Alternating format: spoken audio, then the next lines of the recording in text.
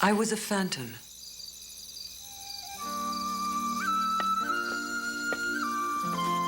Robbed as an infant of my sight and hearing, I lived like a creature of the deepest ocean waters, feeling my way through a world without light or sound, and only vaguely aware of the concept of life, or even of my own existence.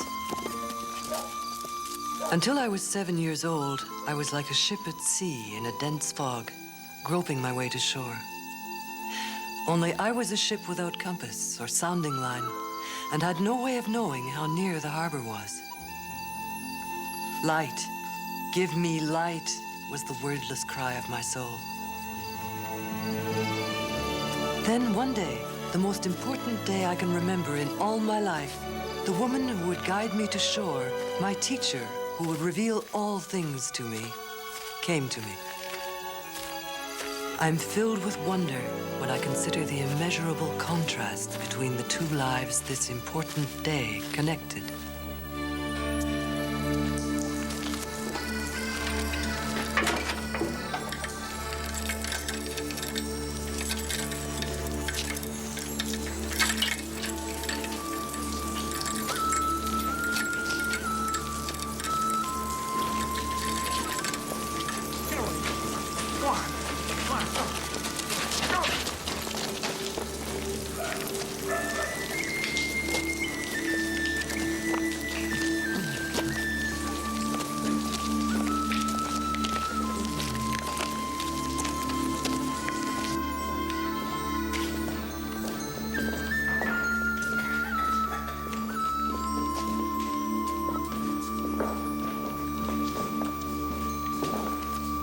Brother and sister? That's right.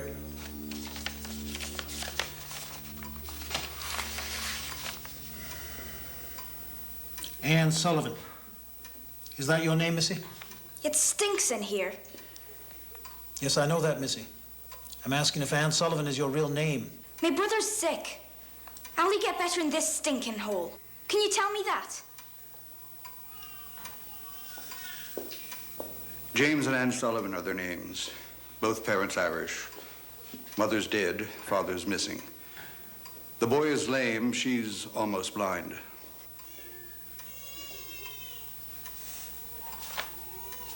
It says here they have an aunt and uncle. Why aren't they with them? They don't want them.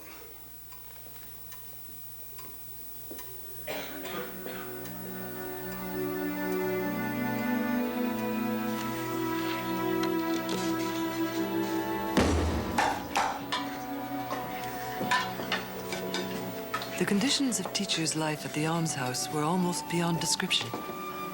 Every rejected form of humankind, it seemed, had been deposited there. Day after day, she walked among the mentally and physically afflicted. Night after night, she slept with children who were sick or near dying. Death and disease were constant companions. Within 3 months of their arriving, Jimmy passed away from tuberculosis.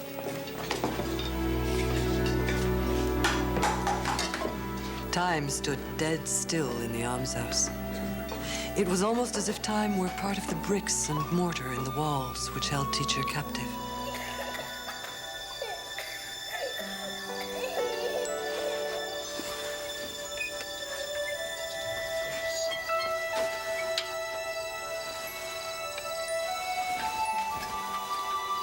I could hear you thinking.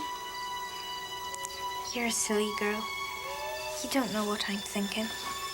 I never said I knew what you were thinking. I said I could hear you thinking.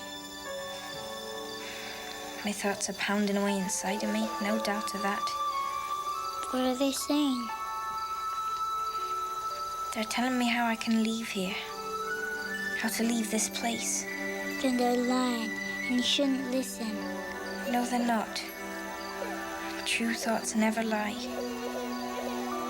I'm going to do what they tell me to do. I'm going to go to school. I'm not going to be ignorant anymore.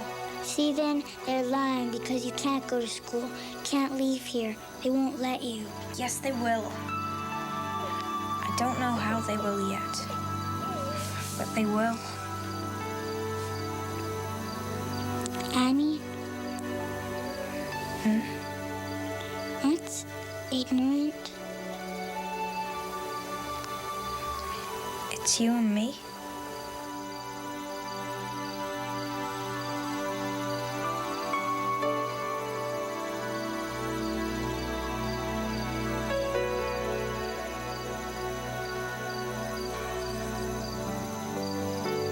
Teacher's mind had grasped hold of an idea. The idea of school. This would be the tool she could use to shed herself of ignorance. And that shedding herself of ignorance would make her free. Yes? My name is Sanborn. I'm from the State Board of Charities. Here for inspection. Is that right? That's right. You've made a trip for nothing. As I'm sure you'll see. I don't think so. What would you like to see? Everything. Yes, well. Follow me then.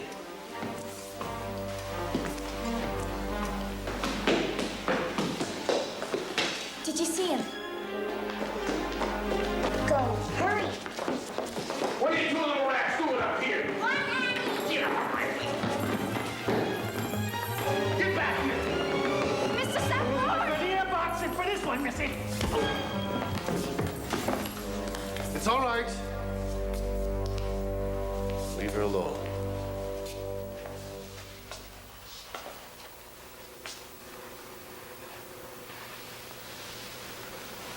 Let go.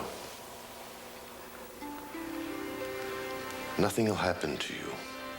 Just let go.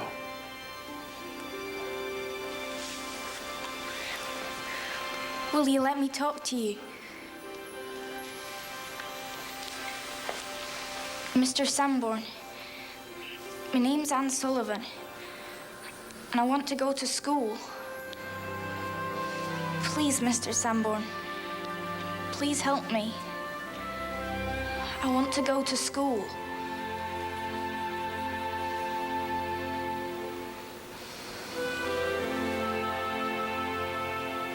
You can barely see.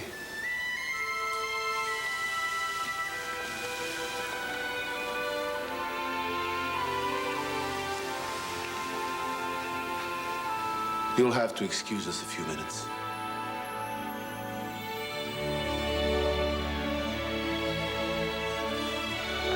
Anne went to school. In just 6 years, having had no other formal education, she graduated valedictorian of her class from the Perkins Institute for the Blind. Her desire to assault the effects of blindness and deafness were born at the Institute. When the time finally came for her to teach, she was assigned to me. I was her first and last student.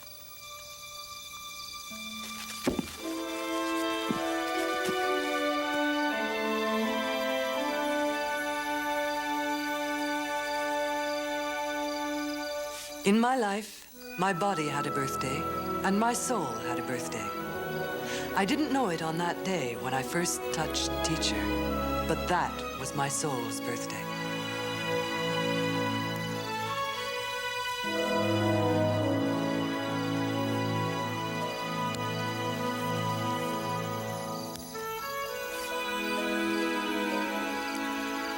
All through that year of 1887, I did nothing but explore with my hands and learn the name of every object I touched.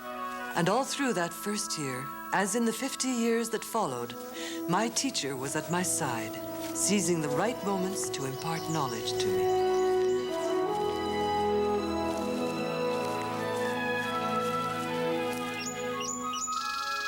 Anyone can take children to the classroom, but only a teacher can lead them to learn.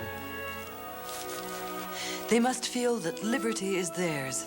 They must feel the flush of victory. And they must also feel the heart-sinking of disappointment. They must feel these things.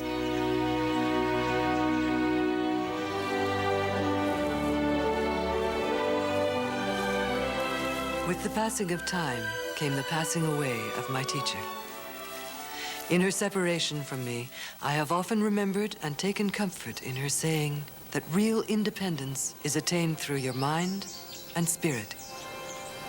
This was the very center of teacher's work with me, to lessen my physical dependence on her and make it possible for me to someday continue my work without her.